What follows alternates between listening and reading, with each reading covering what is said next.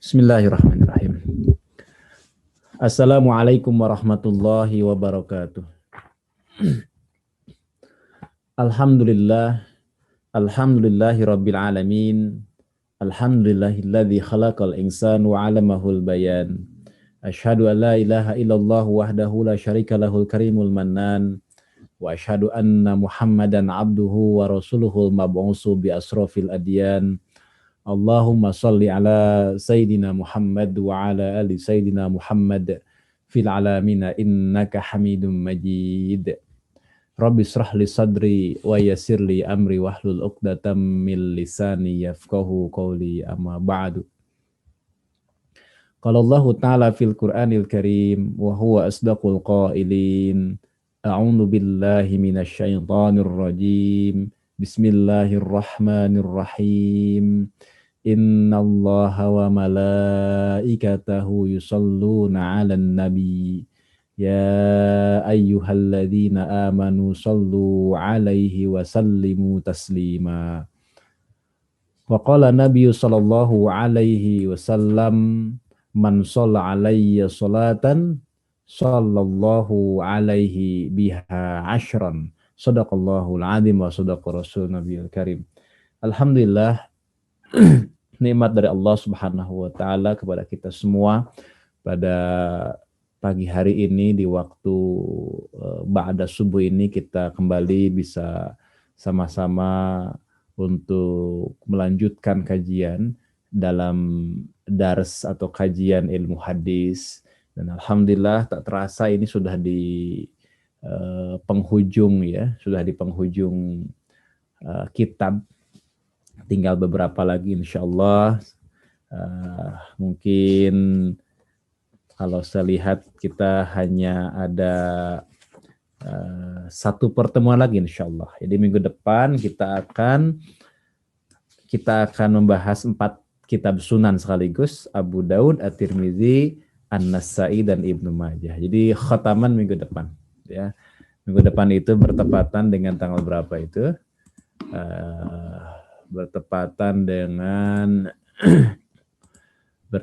dengan tanggal 7 ya, tanggal 7 bulan Sya'ban, di ujung bulan Sya'ban. Jadi khotaman juga, munggahan juga, wah kalau lengkap lah ya, lengkap. Entah di tempat lain ada istilah munggahan ataukah tidak, enggak tahu saya ya. Kalau di tempat kami ada istilah munggahan ya. Nah, jadi alhamdulillah ini berkah ya, berkah. Insyaallah di bulan Sya'ban ini kita tuntaskan semuanya. Kemarin sebenarnya ada satu hari yang saya tidak bisa mengisi ya. Harusnya kemarin diisi dengan Sahih Muslim, kemudian yang kitab sunan kita bagi 2, tapi nggak apa-apa. Minggu depan kita bahas kitab sunan 4-4-nya langsung ya. Garis besarnya saja sesuai dengan apa yang ada dalam kitab Al-Qawaidul Asasiyah fi Ilmi Mustalahil Hadis. Ya, insyaallah kita akan tuntaskan pada tanggal 7 ya, 7 April insyaallah. Ya, 7 April insyaallah. Berarti 1 minggu kurang menjelang bulan suci Ramadan, karena pada minggu berikutnya lagi kita sudah masuk di tanggal 14 ya, 14 April, yaitu sudah masuk insyaallah di bulan suci Ramadan. Dan ini adalah satu nikmat yang Allah berikan kepada kita semua. Di bulan Sya'ban kita akan menuntaskan satu kitab yang luar biasa ini ya. Kitab kecil tetapi mengandung kedalaman, mengandung keluasan cakupan. Meskipun mungkin tidak dalam, tapi mengandung keluasan cakupan. Jadi mencakup hampir semua sisi dalam pembahasan ilmu hadis, yang pokok-pokok ya, yang mustalahatnya saja, tidak sampai yang dakik-dakiknya tidak sampai. Misalnya pembahasan berkaitan dengan jarh wa ta'dil itu tidak terlalu banyak. Kemudian pembahasan berkaitan dengan ilal hadis juga tidak terlalu banyak. Bahkan untuk dirosah as-sanid termasuk jarh wa ta'dil mungkin tidak ada di sini ya. Tidak ada bahasan yang sifatnya itu bab tersendiri, nggak ada. Ya, jadi hanyalah bahasan yang sekilas dalam bab yang lain. Jadi dari sisi cakupan mustolahatnya, insya Allah ini sudah cukup lengkap. Ya, meski tidak mendalam karena memang ini adalah kitab untuk lil mubtadiin. Di muqaddimah kita sudah sebut bahwa ini adalah lil mubtadiin. Ini untuk pemula. Ya, untuk pemula. Mudah-mudahan semua yang hadir pada pagi hari ini dan pagi hari minggu depan adalah yang juga sudah menuntaskan kajian dari mulai pertemuan pertama sampai dengan pertemuan 2 minggu yang lalu ya. Karena kalau ada yang bolong, yang terputus, niscaya ada maklumat yang tidak utuh ya yang kita terima. Baik, bulan Sya'ban saya selalu mengingatkan karena bulan Sya'ban ini kan bulan yang banyak dilupakan oleh manusia, dilupakan oleh orang-orang ya. Dan begitulah yang disampaikan oleh baginda Nabi Muhammad SAW kepada kepada kita semua. Ya, di dalam salah satu hadis Nabi Muhammad SAW, Nabi eh, kurang lebih menyampaikan berkaitan dengan keutamaan bulan Sya'ban ya, dan di dalamnya adalah di mana bulan ini banyak dilalaikan oleh orang-orang ya. Kenapa banyak dilalaikan oleh orang-orang? Karena bulan ini bulan yang kejepit dengan 2 bulan besar. Yang pertama adalah bulan Rajab ya, yang kedua adalah bulan Ramadan. Bulan Rajab, bulan haram, bulan yang sangat agung, yang mulia, sedangkan bulan Ramadan adalah apalagi penghulunya bulan, Sayyidus Syuhur, dan India adalah bulan yang paling utama di antara bulan yang lain.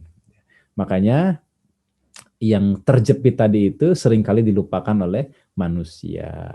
Sampai Nabi Muhammad SAW sebagaimana riwayat Usamah bin Zaid mengatakan, zaka syahrun yaghfulun nasu anhu baina Rajab wa Ramadan wa huwa syahrun turfa'u fihi al-a'malu illa rabbil alamin.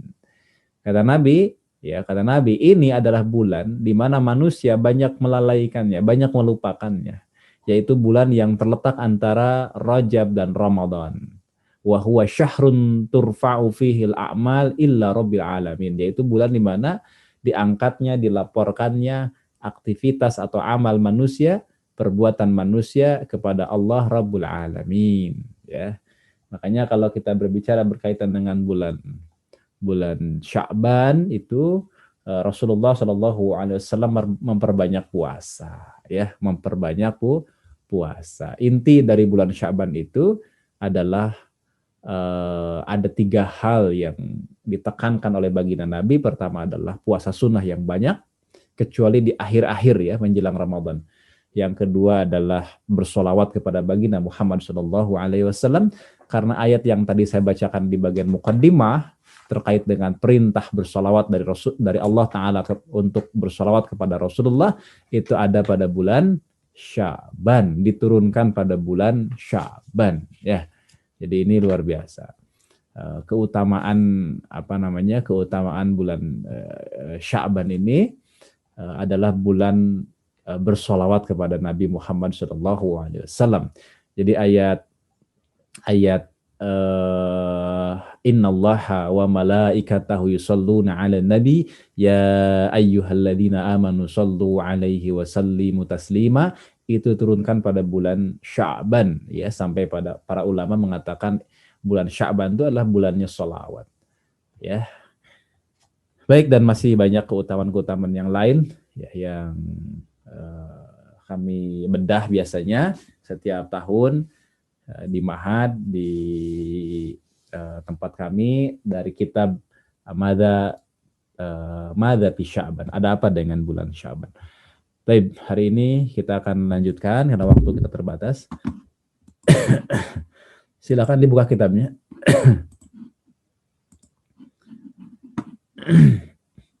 Dibuka kitabnya. Iya, ya. Insyaallah sekarang kita akan masuk di halaman 65 ya. Di halaman 65. Baik, ini kitab Al-Qawaidul Asasiyah fi Ilmi Mustalahil Hadis yang kita akan tuntaskan dalam 2 kali pertemuan hari ini dan pekan depan insyaallah taala. Bismillahirrahmanirrahim. Alhamdulillahirabbil alamin.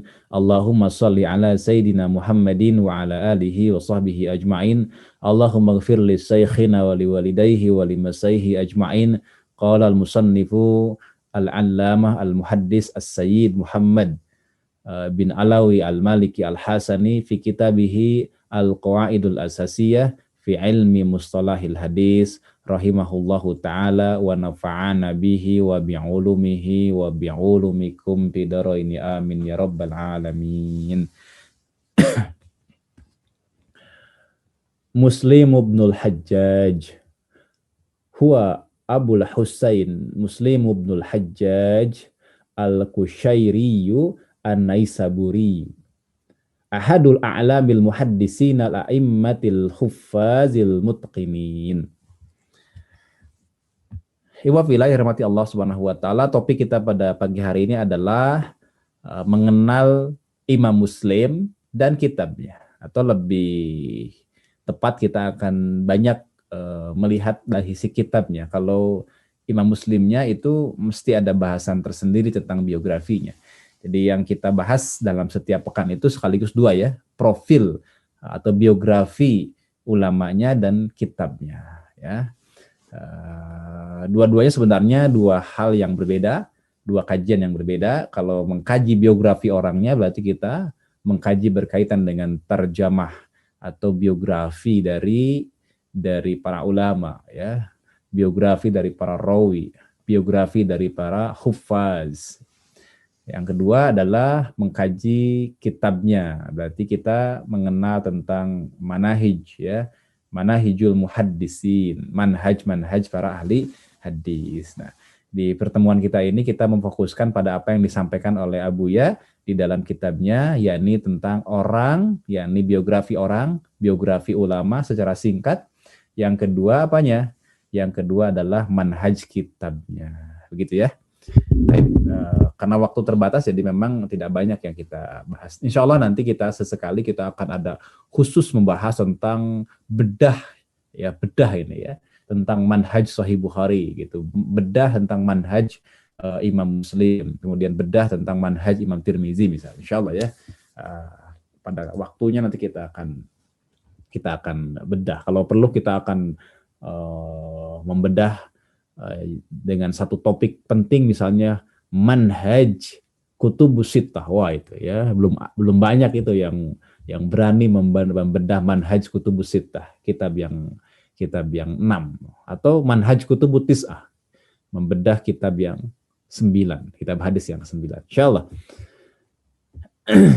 Baik. Beliau menyampaikan di sini namanya adalah Imam Muslim bin Hajjaj bin Al-Hajjaj. Ya, nama beliau adalah Abul Husain Muslim bin Al-Hajjaj Al-Kushairi An-Naisaburi. Ya, Naisabur itu sekarang masuk daerah Iran, ya, masuk daerah Iran.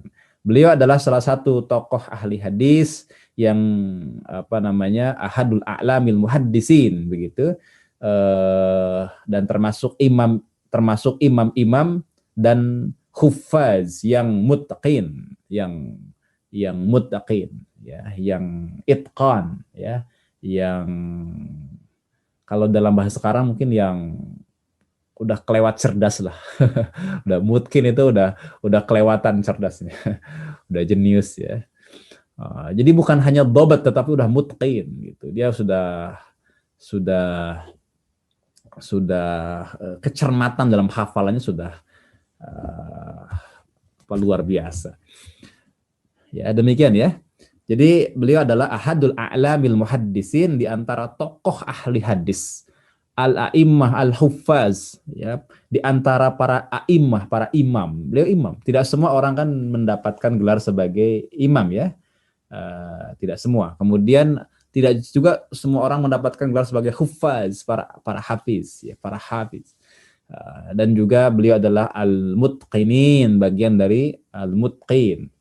Jadi beliau ini berarti ahadu a'lamil muhaddisin, kemudian ahadul a'immah, ahadul huffaz, ahadul mutqinin, begitu. Di antara tokoh ahli hadis, di antara tokoh imam, di antara imam-imam hadis, di antara para hafiz-hafiz hadis, dan di antara para orang-orang yang itqan, yang mutqin. Ya, itulah Imam Muslim bin Al-Hajjaj dari Naisabur. Dari kemarin kita banyak sekali mengenal tokoh-tokoh, tapi ternyata bukan dari Hijaz, ya, dari negeri Arab. Iya, memang, ya, banyak ulama-ulama yang lahir bukan dari negeri Arab, ya. Imam Bukhari dari Bukhara, Uzbekistan. Imam Muslim dari Naisabur, dari Iran. Jadi jangan khawatir, di sini ada orang mana, di sini ada orang Palembang, ada Cianjur, Sukabumi, Bandung, ya. Jangan minder, ya, ketika berinteraksi dengan orang-orang Arab, ya. Jadi para ulama dulu telah membuktikan bahwa tidak semua orang Arab menjadi ulama, kan? Dan ternyata banyak orang-orang non-Arab, orang-orang ajam yang menjadi ulama dan menjadi rujukan. Bahkan dari Indonesia banyak sekali ulama-ulama besar yang menjadi rujukan dunia. Itu sekilas tentang beliau, nama beliau, dan juga gelar pada beliau. Kalau kita lihat di dalam kitab yang lain, ya, gelar-gelar beliau juga memang banyak, tapi semua bermuara pada itu, ya, pada bahwa beliau adalah ahadu a'lamil muhaddisin al-imatil huffazil mutqinin. Taib, yang berikutnya, kana mauluduhu bi Naisabura sanata sittina wa mi'atain wa tufiya sanata ihda wa sittina wa mi'atain bi Naisabura ghaira mutajawizin khamsatan wa khamsina aman. Beliau dikatakan di sini oleh Abu Yasin Muhammad lahir itu di Naisabur, bi Naisabura, ya, di Naisabur pada tahun 206 Hijriah dan wafat 261 Hijriah. Ihda wasitina wa mi'atain. Ya, 261 Hijriah di Naisabur, ya. Di mana? Di Naisabur.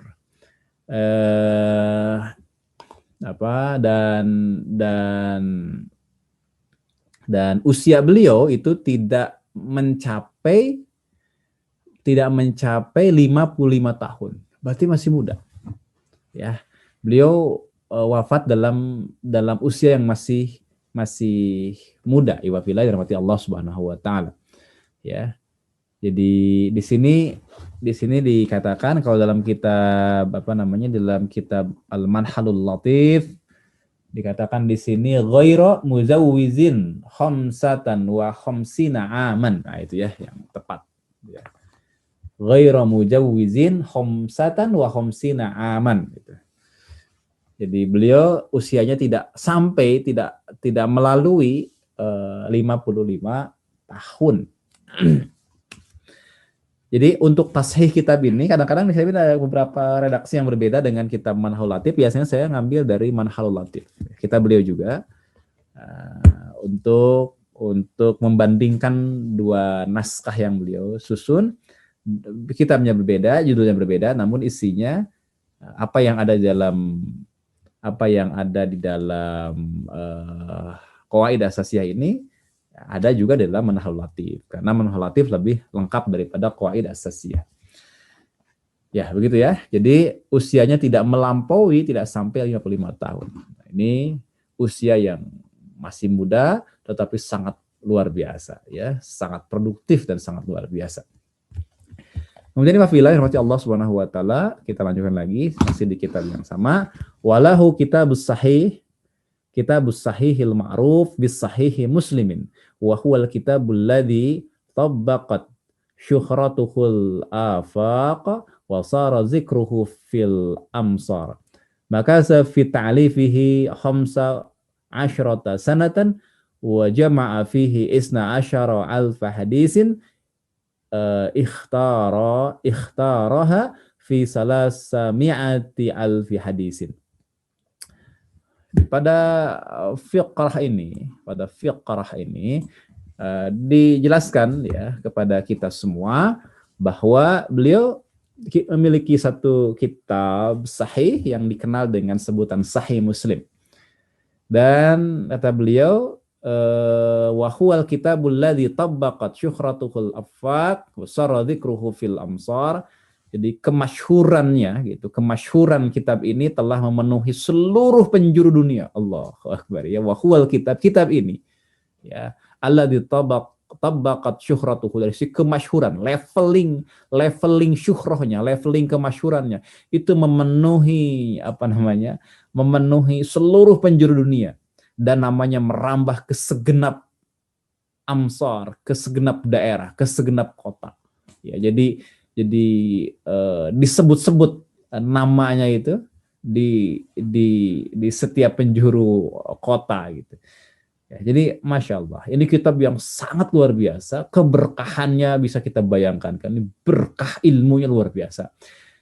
Masyhurnya kitab ini memenuhi seluruh penjuru dunia, seluruh horizon dunia itu ada atau hadir kitab ini. Ya, hadir kitab ini. Syuhratuhul afaq wa sara dzikruhu fil amsar, dan disebut-sebut kitab ini di segenap daerah, di segenap kota.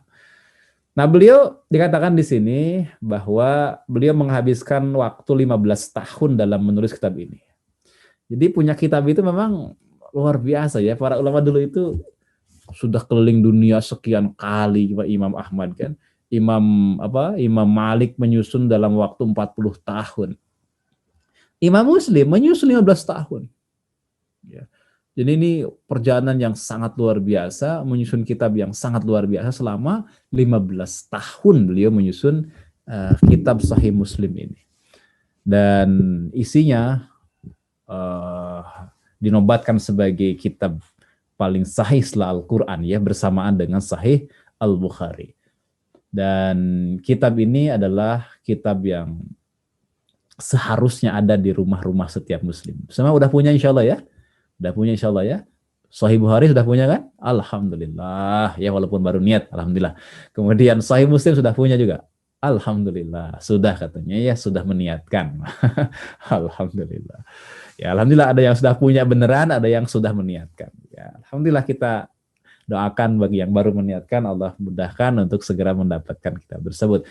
Miliki ya kedua kitab terbaik dunia ini, Sahih Bukhari dan Sahih Muslim, dengan cetakan yang terbaik. Ya, kalau untuk Kutubus Sittah, saya nggak main-main ya, saya tidak menggunakan penerbit yang asal. Ya, janganlah kita pakai yang kaleng-kaleng. Ini yang harus yang cari penerbit yang terbaik. Ya, karena ini kitab induk.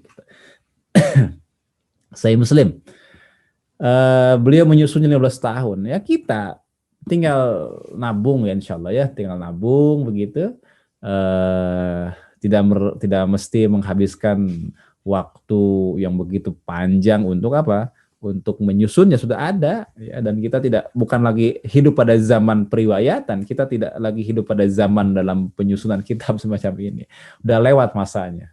Sampai era periwayatan, kita adalah umat yang sudah dimanjakan dengan berbagai macam kitab-kitab yang Masya Allah jumlahnya banyak sekali. Kemarin saya iseng share, ada kapal besar ya yang menyangkut di mana itu, di terusan Suez. Saya lihat ya, saya perbesar, sebesar apa ya Allah, besar banget ternyata ya, besar banget. Itu ada orang di bawah, saya lihat dengan membawa ini, mengemudikan alat berat itu ya, alat berat yang suka ngeruk-ngeruk itu. Kecil sekali begitu. Ini kapal ini besar sekali. yang yang tersangkut itu di terusan Suez kemarin yang sempat ramai.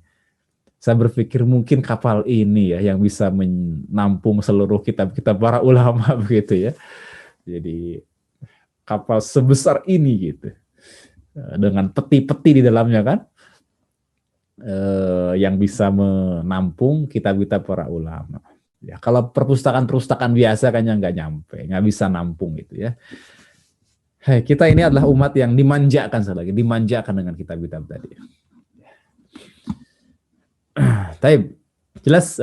Kemudian dikatakan di sini 15 tahun beliau kumpulkan dari berapa? Beliau kumpulkan di sana ada 12.000 hadis yang beliau saring dari 300.000 hadis. Jadi yang beliau kumpulkan berapa? 12.000 hadis yang ikhtaraha min salasami'ati alfi hadisin, yang beliau itu saring dari 300.000 hadis karena beliau hafal 300.000 hadis, tapi yang beliau cantumkan dalam kitabnya hanyalah 12.000 hadis. Itu sudah mengalami penyaringan yang luar biasa. Tapi selanjutnya di fiqh berikutnya beliau mengatakan wa maudu'ul jami'is sahih lil imami muslimin huwal hadisus sahih al mujarradul musnadu ila rasulillahi sallallahu alaihi wasallam. Maudu atau isi kitab al-jami' as-sahih milik Imam Muslim ini adalah hadis sahih saja ya. Jadi huwal hadisus sahih al mujarrad ya, hadis sahih saja. Nah, yang disebut musnad, yang itu musnad, yang bersambung sampai kepada Rasulullah Shallallahu Alaihi Wasallam, yang sampai kepada Rasulullah Shallallahu Alaihi Wasallam. Jadi as-sahih al-musnad. As-sahih berarti tidak ada yang dhaif di dalamnya. Al-musnad semuanya bersambung kepada Rasulullah Shallallahu Alaihi Wasallam. Sahabat-sahabat semua, sebenarnya nama kitabnya beliau itu apa? Nama kitab beliau itu bukan Sahih Muslim sebenarnya. Nama kitab beliau itu adalah Al-Musnadus Sahihu Al-Mukhtasaru Minas Sunani Binaqlil Adli Anil Adli An Rasulillahi Sallallahu Alaihi Wasallam. Itu judul kitabnya, panjang ya. Judul kitabnya panjang. Al-Musnad, berarti kitab ini musnad ya. Hadis-hadisnya musnad, bersambung sampai ke Rasulullah. As-sahihu berarti hadisnya sahih semua. Al-mukhtasaru, memang ini adalah mukhtasar. Minas sunani, dari sunah-sunah. Bin naqlil adli anil adli, yang diriwayatkan dari rawi yang adil, dari rawi yang adil. An Rasulillahi sallallahu alaihi wasallam, dari Rasulullah sallallahu alaihi wasallam. Itu kitabnya. Ya, itu kitabnya.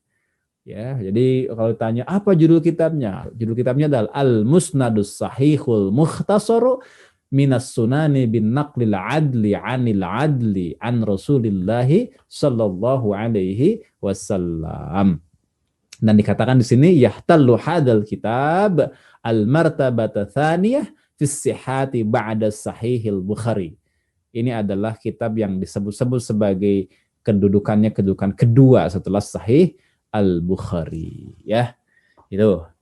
Berikutnya, pada bagian berikutnya disebutkan bahwa wa tamtazu hadzal kitabu bi husni tartibi wasiyaqil ahadisi kamilah duna naqti'in kamalil i'tina'i bi dhabtil lafzir ruwati wasiyaqi turuqil hadisil muta'addidati wa alfazihil mukhtalifah fi maudhi'in wahid.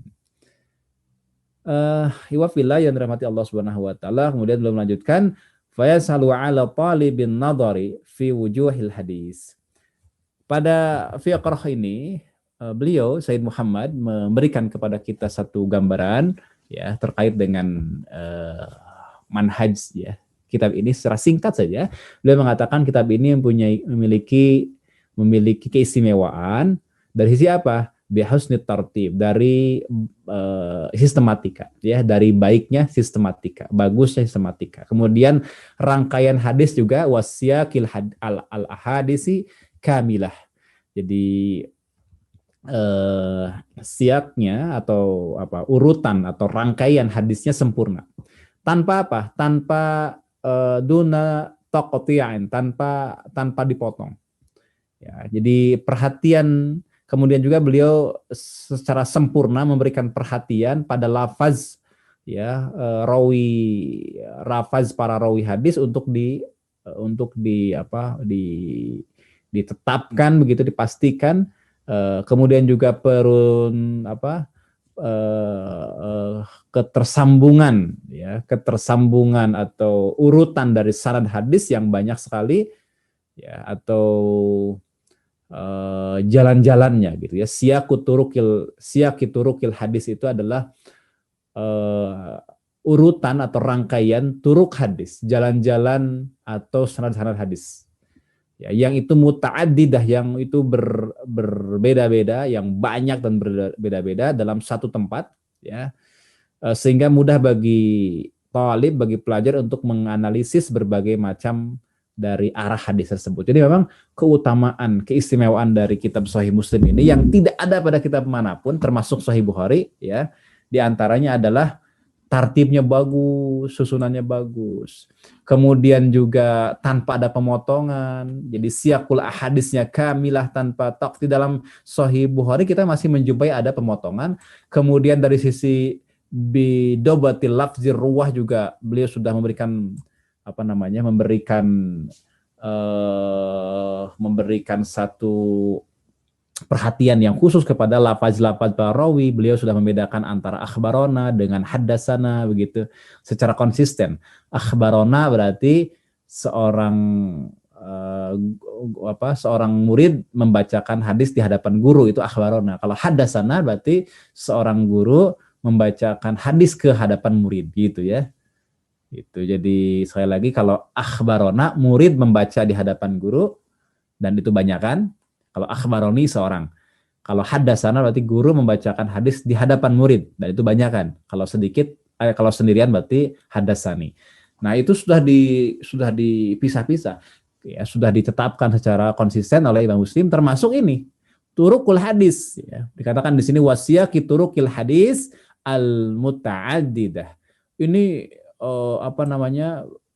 keistimewaan dari Sahih Muslim adalah turukus sanad, turukul hadis, jalan-jalan periwayatan hadis, lengkap sekali ya. Pokoknya memang ini termasuk yang memudahkan bagi para pelajar untuk menganalisis berkaitan dengan arah-arah jalur periwayatan hadis. Jadi kata-kata memudahkan thalib dalam menganalisis fi wujuhil hadis, maksudnya adalah arah-arah periwayatan hadis. Jadi sanad hadis. Coba baca Sahih Muslim. Ya, baca Sahih Muslim. Itu Imam Muslim sudah menampilkan berbagai macam jalur di sana. Jadi kalau kita ingin belajar tentang jam'u turuq, tentang menghimpun berbagai macam jalur periwayatan hadis, yaitu Sahih Muslim. Ya, Sahih Muslim. Sahih Muslim itu sudah memudahkan kita untuk menganalisis berkaitan dengan jalur-jalur yang banyak. Jadi bukan hanya satu. Kalau Sunan Tirmizi kadang-kadang nggak semua ya, ada juga Imam Tirmizi menyebutkan jalur yang lain gitu. Tapi nggak semua. Tapi kalau Imam Muslim itu lebih memudahkan kita untuk mengetahui jalur-jalur periwayatan yang lain yang berbeda. Baik. Kemudian kita lanjutkan lagi, dikatakan di sini wa qad nahaja fi ta'lifihi nahjal Bukhari fi tariqatin sahihatin fi jam'il hadis sahihil mujarrad, ya. Wa ta'lifihi ala abwabil ilmi min fikhin wa khilafihi muta'athiran bit tariqatihi. Iwa fillah rahmati Allah Subhanahu wa taala, pada bagian ini disebutkan begini, bahwa beliau itu ketika menulis kitab ya, itu mengikuti langkah, ya, mengikuti jejak dari Imam Bukhari. Dalam apa? Dalam sistematika pengumpulan hadis sahih, ya. Jadi beliau itu dalam menulis kitab itu mengikuti langkah yang ditempuh oleh Imam Bukhari fi tariqatis sahihati fi jam'il hadis sahih al-mujarrad. Dalam hal apa? Dalam hal sistematika pengumpulan hadis-hadis sahih. Dengan mengumpulkan hadis-hadis sahih saja, ya. Dengan mengumpulkan hadis-hadis as-sahih al-mujarrad, sahih saja. Penulisan hadis hadis-hadisnya pun disusun mengikuti bab-bab ilmu, kemudian bab fiqih dan yang lainnya mengikuti langkah dari Imam Al-Bukhari. Jadi memang beliau banyak mengikuti langkah Imam Al-Bukhari terutama dalam sistematika penyusunan hadis-hadis sahih. Sebenarnya ada berapa hadis yang diriwayatkan atau yang dikumpulkan oleh Imam Muslim? Jawabannya adalah hadis yang dikumpulkan oleh Imam Muslim itu ada 3033 hadis tanpa pengulangan ya. Jadi amma ada dua hadisihi dunna taqrar fahuwa 3033 hadis. Adapun wa ma'at taqrar kalau disertai dengan yang diulang itu ada 7.581 hadis. Begitu ya. Itu jumlah dari hadis yang ada di dalam apa? Di dalam Sahih Muslim. Nah, demikian. Nah, iwafillah yang rahmati Allah Subhanahu wa taala, demikian juga kalau kita merujuk kepada hitungannya Ustadz Fuad Abdul Baqi, maka kata beliau jumlah hadis itu ada 7.563 hadis bitakrar dengan pengulangan, ya, dengan adanya pengulangan. Taib, saya kira itu cukup. Kemudian terakhir sekali, ya, mana yang paling utama di sini antara Sahih Muslim dengan Sahih Bukhari? Para ulama beda pendapat. Ya. Para ulama beda pendapat. Tapi yang jumhur adalah bahwa Sahih Bukhari lebih tinggi kedudukannya daripada Sahih Muslim. Ya. Dan itu secara kolektif. Sekali lagi secara apa? Secara kolektif. Ya. Secara jumlatan, bukan tafsilan. Karena kalau tafsilan ada hadis-hadis yang lebih kokoh daripada Sahih Bukhari yang terdapat dalam Sahih Muslim. Kalau tafsilan, tapi kalau jumlatan secara kolektif, maka Sahih Bukhari lah lebih tinggi daripada Sahih Muslim. Kita lihat pada fiqrah terakhir, afdaliyatus Sahihil Bukhari ala Sahihi Muslimin. Keutamaan atau keunggulan Sahih Bukhari atas Sahih Muslim. Ittafaqal ulama'u rahimahumullahu ta'ala ala anna as-sahhal kitabi ba'dal Qur'anil aziz as-sahihani al-Bukhari wa Muslimun wa talaqathuma al-ummatu bil qabul wa kitabul Bukhari as-sahuhuma wa aqsaruhuma fawaida wa ma'arifa zahiratan wa ghamidatan wa qad sahha anna Musliman kana yastafidu minal Bukhari wa ya'tarifu bi annahu laisa lahu nazirun fi ilmil hadis. Iwa fillah rahmati Allah Subhanahu wa taala, dikatakan di sini ya pada fiqrah yang terakhir ini tentang kelebihan Sahih Bukhari atas Sahih Muslim. Ulama katanya rahimahumullahu taala ittafaqa, setelah sepakat bahwasannya kitab yang paling sahih setelah Al-Qur'an adalah dua kitab sahih, yakni Al-Bukhari dan Muslim. Umat juga telah watalaqathuma al-ummatu. Umat juga telah menerimanya, telah menyambut keduanya bil qabul, dengan sesuatu yang dapat diterima. Jadi kalau ada ungkapan talaqathuma al-ummatu bil qabul, artinya bahwa umat telah menerimanya, ya, telah bersepakat menerimanya dari generasi ke generasi, dari masa ke masa, begitu ya, sebagai sesuatu yang dapat diterima, ya. Jadi umat telah menyambut keduanya, Bukhari Muslim tadi, Sahih Bukhari Sahih Muslim tadi, sebagai sesuatu yang dapat diterima bil qabul. Penerimaan yang mutlak ya dari para ulama dan juga umat. Nah, kitab Sahih Bukhari adalah yang dikatakan di sini as-sahihuma, lebih sahih dan lebih banyak faidah, aksaruhuma fawaida wa ma'arifa, dan lebih banyak faidah dan juga ma'arif pengetahuannya, baik yang nampak maupun yang tersembunyi, baik yang zahir maupun yang ghamid, yang tersembunyi. Dan faktanya memang Imam Muslim berguru kepada siapa? Kepada Imam Bukhari. Imam Muslim mengambil faidah daripada Imam Bukhari, ya. Serta mengakui bahwa Imam Bukhari tiada banding lah dalam hal ilmu hadis. Tidak ada bandingannya dalam ilmu hadis. Itu langsung pengakuan dari Imam Muslim. Yang Muslim adalah muridnya Imam Al-Bukhari. Begitu ya. Jadi dari sinilah kita bisa mengambil kesimpulan berarti Sahih Bukhari lebih tinggi jumlatan, sekali lagi, secara jumlatan, secara kolektif daripada Sahih Muslim. Tetapi kalau secara tafsil ada keunggulan-keunggulan Sahih Muslim yang tidak dimiliki Sahih Bukhari. Contohnya apa? Contohnya tadi tentang jam'u turuq. Ya, jam'u turuq. Jam'u turuq itu khasnya Sahih Muslim, tidak ada di Sahih Bukhari. Yang apa namanya, yang membedakan, ya. Dan juga tadi sudah kita sebutkan tanpa ada pemotongan, sempurna kalau Sahih Muslim. Kalau di Bukhari ada beberapa yang dipotong, termasuk juga hadis-hadis mu'alaknya tidak seperti yang terjadi pada Sahih Bukhari. Jadi memang Sahih Muslim itu banyak keutamaan, banyak kelebihan. Ada sesuatu yang di Sahih Muslim ada, tapi di Sahih Bukhari tidak ada. Ada ya yang begitu. Namun secara jumlatan, secara kolektif tetap Sahih Bukhari lebih valid. Setidaknya karena dua alasan, ya. Setidaknya karena ada dua alasan. Pertama apa? Yang membuat Sahih Bukhari lebih tinggi, ya ini ketika penentuan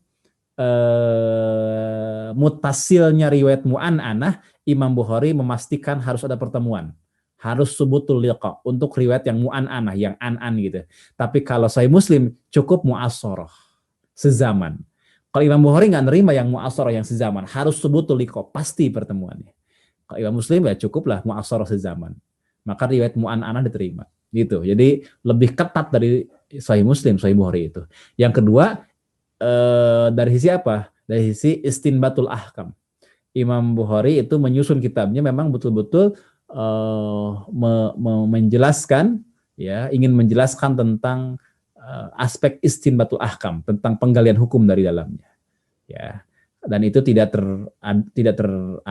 terjadi, tidak ada pada Sahih Muslim berkaitan dengan istinbatul ahkam, yakni menyusun hadis untuk istinbatul ahkam, untuk penggalian hukum. Nah, itulah yang membedakannya.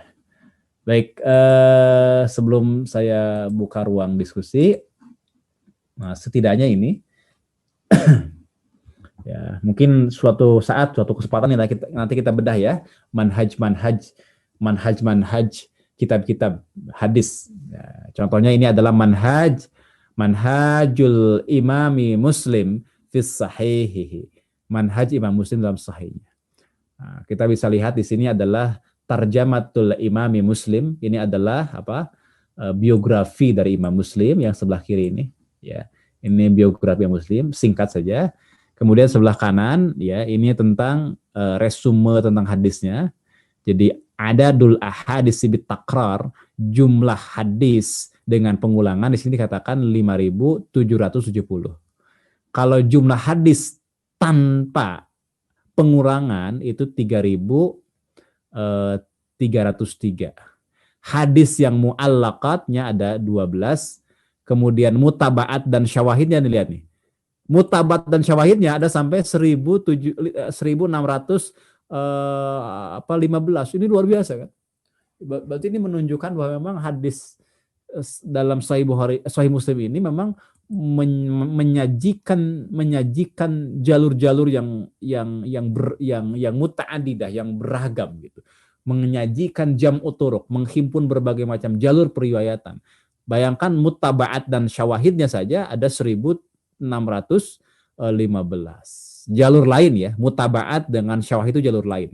Jalur lain dalam sanad.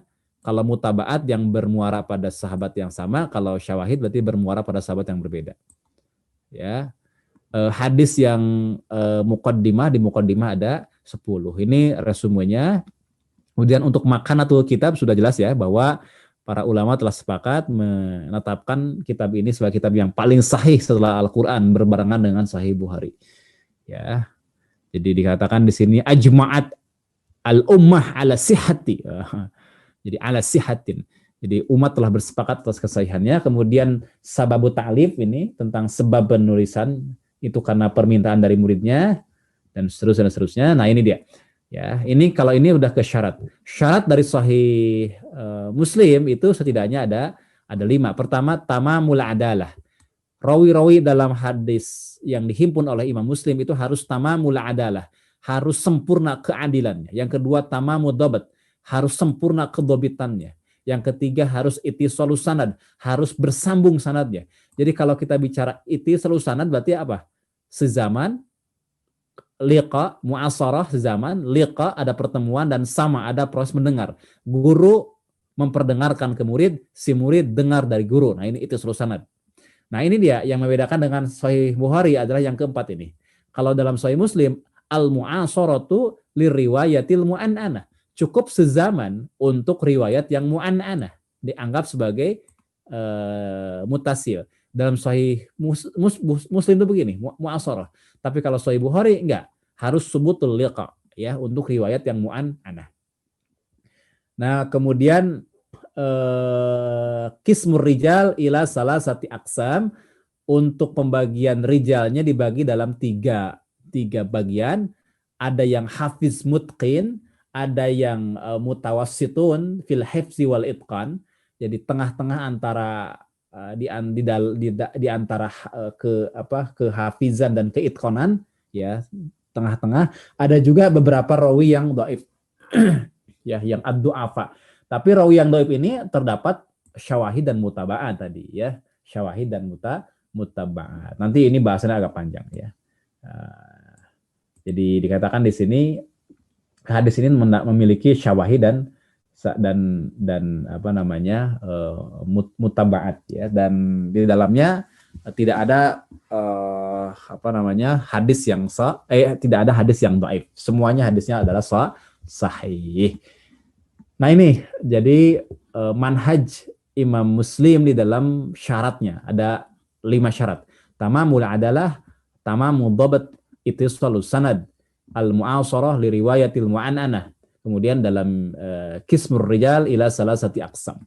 Begitu ya. Kemudian ini as-sina'ah al-hadisiyah, mungkin kita nggak bahas karena ini panjang. Ini masuk ke manhaj ini. Bagaimana operasional dalam hadisnya. Apa namanya, bagaimana pendalaman kita terkait dengan riwayatnya, tentang ikhtisar, tentang takrornya, hadis mu'an'anahnya, mu'alaqotnya, dan juga berkaitan dengan para rawinya. Nah, kemudian juga di bawahnya ada as-sinah al-fiqhiyah, ya, aspek fikihnya, dan lain-lain, ya. Tapi saya kira nantilah dibahas di kesempatan yang berbeda. Secara umum kita sudah berkenalan, inilah Sahih Muslim, kitab yang sangat luar biasa. Barakallahu li wa lakum. Assalamualaikum warahmatullahi wabarakatuh.